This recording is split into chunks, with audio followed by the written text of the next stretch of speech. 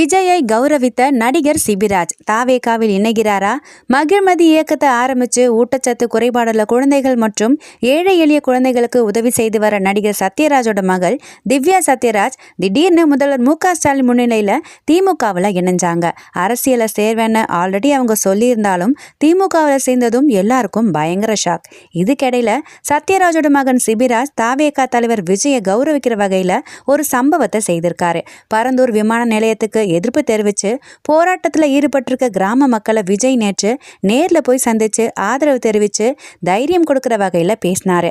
அப்ப எடுத்த போட்டோஸை தன்னோட இன்ஸ்டா ஸ்டோரியாகவும் எக்ஸ் பக்கத்துல தன் பெயரை சிபிராஜ் கூத்தாடின்னு அடையாளப்படுத்தியிருக்காரு சத்யராஜோட மகன் சிபிராஜ். மக்களை மகிழ்விக்கிற கூத்து கட்டும் கலைஞர்கள் மதிப்புக்குரியவர்கள்னு திரையுலகினர் சொல்றாங்க. அந்த வகையில விஜய் ஒர்க் ஃப்ரம் ஹோம்ல அரசியல் கட்சி நடத்துறாருன்னு கலாய்ச்சவங்களுக்கு எல்லாம் பதிலடி கொடுத்திருக்கிற சிபிராஜுக்கு விஜய் கட்சி நிர்வாகிகள், தொண்டர்கள் மற்றும் ரசிகர்கள் பாராட்டுக்களை தெரிவிக்கிறாங்க.